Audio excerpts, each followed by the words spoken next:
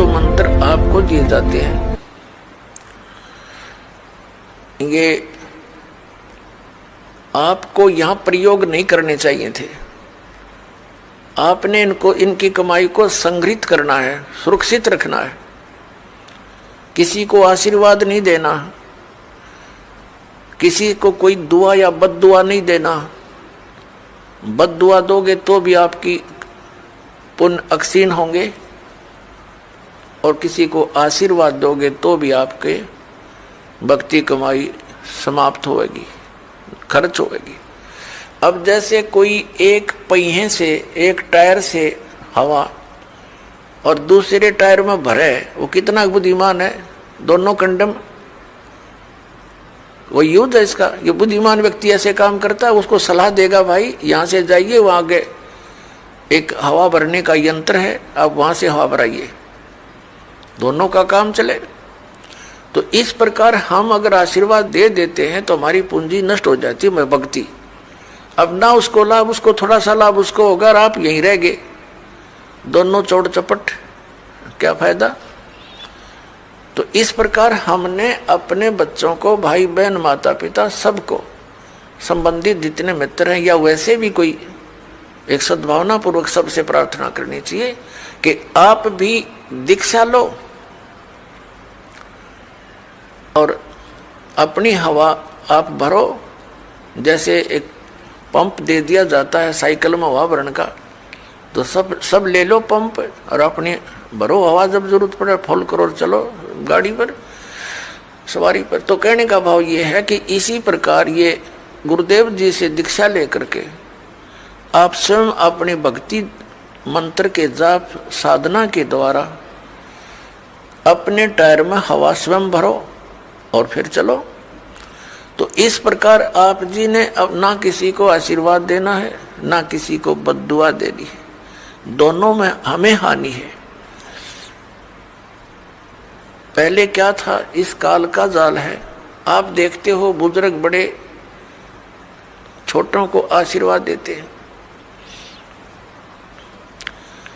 और बड़े उनके चरण छूते हैं, क्योंकि पहले जो एक आपने देखा होगा एक पाग सिस्टम है। पाग जैसे पिता की मृत्यु के उपरांत बड़े पुत्र को एक पाग बांधी जाती थी, पगड़ी, और फिर वो पिता वाले कर्म वो करता था।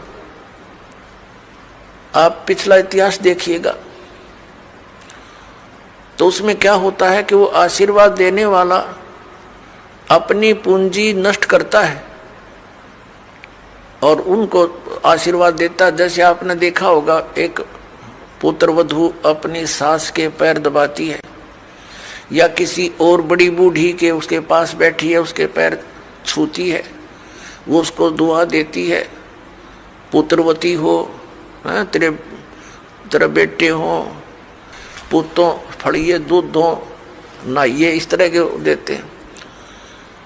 तो वो बुढ़िया के पास जो चौनी थी वह तो पुत्र वधू को दे दी, आप खाली होगी, आगे चारदर है ही नहीं। तो इस प्रकार हमने अपनी इस भक्ति को बर्बाद नहीं करना है, ना किसी पुत्र वधू को आशीर्वाद देना है। पुत्र वधू को भी परमात्मा से जोड़ दे, बेटी अपनी कमाई कर और तेरा भी कल्याण हमारा भी कल्याण होगा। अपने आत्माओं, परमात्मा कहते हैं मेर तेर की जेवड़ी यू बड़ बंदा संसार, एक कबीरा ना बंदा जो है नाम आधार। जिसने नाम प्राप्त हो गया, परमात्मा को आधार मानकर चल रहा है, वो इस संसार की मेर तेर की जेवड़ी में बंधा नहीं गा। अब हमने देखी है बुढ़िया किस प्रकार आशीर्वाद देती है। जब पुत्र वधू का उसकी अच्छा मेल सा है तब तो आशीर्वाद दे रही है, तेरे भाई जियो, तेरे भतीजे जियो, और तू बूढ़ सुहागन हो। बूढ़ सुहागन माने मरा इतना तेरा पति नहीं मरा, वरदोस्ता तक सुहागन बनी रहे। और अगले दिन उसकी होगी अनबन, बुढ़िया दे रही है गाल उसने, तेरे भाई मरियो, तेरे भतीजे मरियो, तो रांड होइयो। बताओ, वो दूना टोटा कर लिया उसने। पहले तो आशीर्वाद देकर खोई, फिर उसने बद्दुआ देकर भक्ति खोई। तो ये कोई बात हुई?